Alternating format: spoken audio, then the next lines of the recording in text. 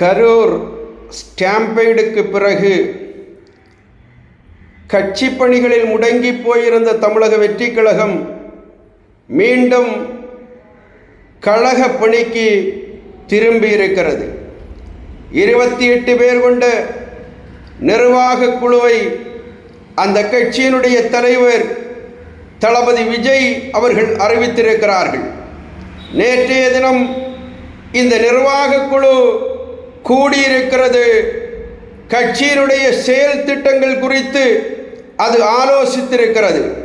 நிர்வாக குழு கூட்டத்திற்கு பிறகு செய்தியாளர்களை சந்தித்த அந்த கட்சியினுடைய மூத்த தலைவர் சி.டி. நிர்மல்குமார் அவர்கள் பேசுகிற போது தங்களுடைய நிலைப்பாடு கரூர் ஸ்டாம்பேடுக்கு முன்னர் எவ்வாறு இருந்ததோ அதே நிலை தொடர்கிறது.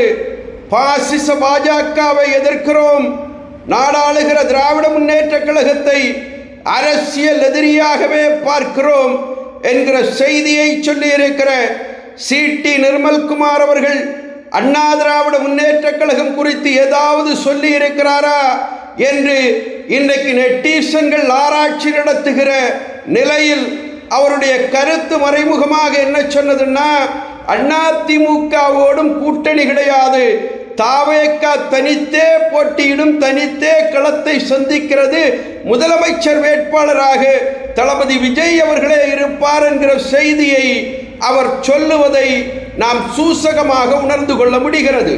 ஆனால் இன்றைக்கு நெட்டிசன்களுக்கு நான் பணிவோடு சொல்லிக் கொள்வதெல்லாம், அரசியல் களத்திலே கூட்டணிகள் உருவாகிறதுன்னா உடனடியாக கூட்டணிகள் உருவாவதில்லை.